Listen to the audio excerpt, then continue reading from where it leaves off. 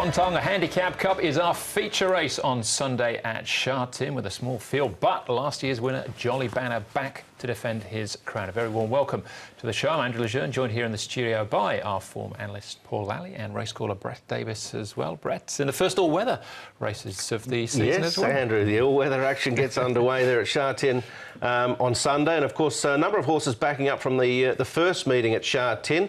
Ratton obviously one of those, and he'll be taking on Jolly Banner, the winner of the feature race last year, and he looks very well rated. And obviously, you know, horses have had the benefit of a run under the belt. That may be a positive towards them as well. It has been in the past. We've got horses backing up from Wednesday night in actual fact as well, Paul, but we've got two massive jackpots in the two big exotic bets. It is, yeah. What I was looking for. Triple chair. I was going to help you out, but I thought the triple chair there is 19. You thought you wouldn't. 19.7 million, so real decent jackpot there. So getting up to 31 million, we're estimating. And the other one, 4.4 million in the 6-up win bonus. So the 6-up win bonus triple trio, the two you're alluding to. Yeah, so and there's some really nice horses on show. We mentioned Rat and a couple of nice young horses, particularly Aero Happiness, I think, in the last will create a fair bit of interest. And John Sire's just starting to get the machine rolling. And speaking of all-weather racing as well, Mi Choi, great record on the surface. He'll be in Korea this weekend with Fight Hero. That's right, yeah. Fight Hero, of course, a run-on type here in Hong Kong. I don't know how whether that'll be a positive for him over there in Korea based on performances over previous years, but you've got to be in it to win it, and he's there.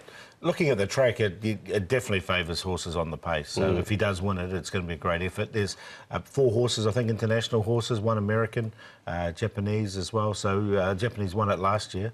Should be a good race. All right, that's coming up on Sunday. Hong Kong Direct, if you want to learn more about the Korea Sprint, Alistair Middleton was the guest this week with Ed Sadler.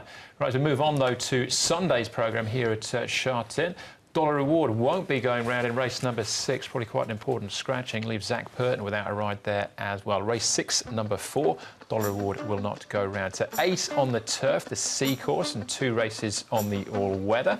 We kick things off with a Class 5 1,000-metre dash here down the straight, headed by Master Viking. Drops back into Class 5. He's a 6-time winner, but they've all been at Happy Valley over the 1,200 metres. Glittering Armour, blinkers on as he gets into Class 5 for the first time. Wish Come True also downgraded to Class 5 for the first time. Hot Pepper yet to win in 28. Comes up with barrier 12. Ruminaire, high draw as well for him, barrier 11. Whistle Up, first up since December, and Elite Power still to win.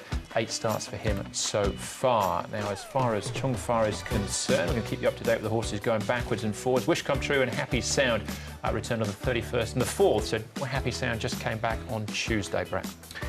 Well, this is a real test for racing enthusiasts to kick off the program. A Class 5, 1,000 metres. There are 9 maidens in this field of 12. As you touched on, Andrew, Master Vikings won 6, Show Mission and Happy Sound are the other 2 winners. Happy Sound and Hot Pepper potentially could dispute the lead, but Ruminaire's a fast horse. No trial from him. He's had a lot of problems throughout his career. He's Glittering Armour coming down here. He seems to be working nice enough. He's made some good progress through the off-season and doing it nice and easily there as he comes down. They are going to put the blinkers on him for the first time, so we'll see how he goes in those. As you mentioned, Hot Pepper, geez, he's been disappointing. He's had 28 starts. He's looked like he's going to win on numerous occasions, and he's had 4 seconds.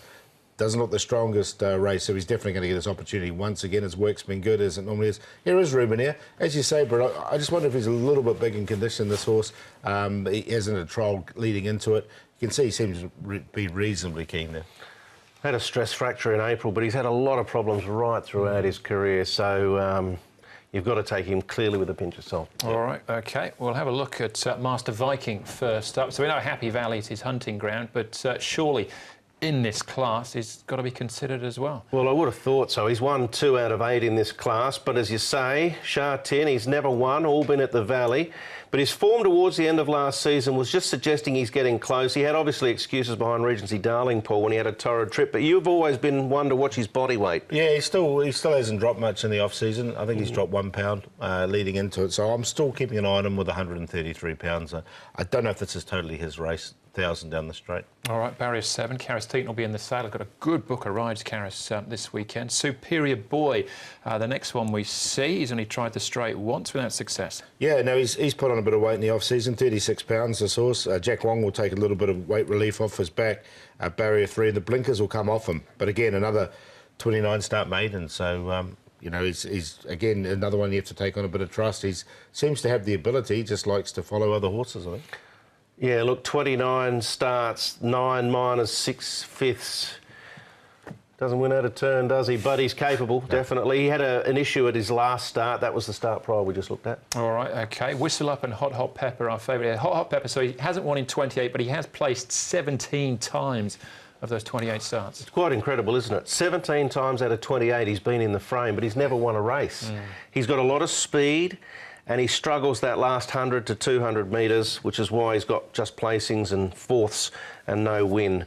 Look, the trial hasn't really given me the sense of oozing confidence, but he will be up there. He should be on the outside rail. Zach actually knows him well. He's ridden him a lot before, so he'll be there when the whips are cracking. It's just whether he can hang on. Yeah, I've got him on top. It's just a weak race, I thought, and this will he'll get his opportunity. But obviously, he doesn't. I was going to say doesn't win out of turn. He doesn't win. No. Hopefully he will stage. for connections. He's still won nearly $2 million in prize money without actually winning.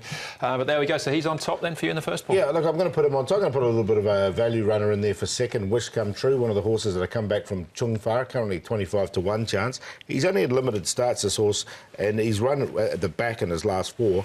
But I think he's improved in the off-season. He might have acclimatised it. And a big price, he's worth throwing into exotics. Whistle Up there, we saw that trial, it wasn't too bad. And Show Mission is one of the winners in the race. Set up with 7, 6, 10 and 2, but I will play exotics. Look, I went with the top horse, Master Viking. He has won 6 races, so that stands him in pretty good stead. The track is obviously a concern. It's not a tip I'm confident about, but when you've won 6 and most of the rest haven't won at all, you get more ticks than the others. Hot Hot Pepper will probably be the horse he has to run down. Superior Boy's capable. And Ruminaire, if he's reasonably sound and he gets into rhythm, he can run a big race. And I thought those 4 potentially could run the trio. So I went 1, 4, 7 and 9 in the first. Yeah, I'm not too far away from you, Brett, with those numbers either. But yeah, we've all got Hot Hot Pepper in. See if he can break through for his maiden win.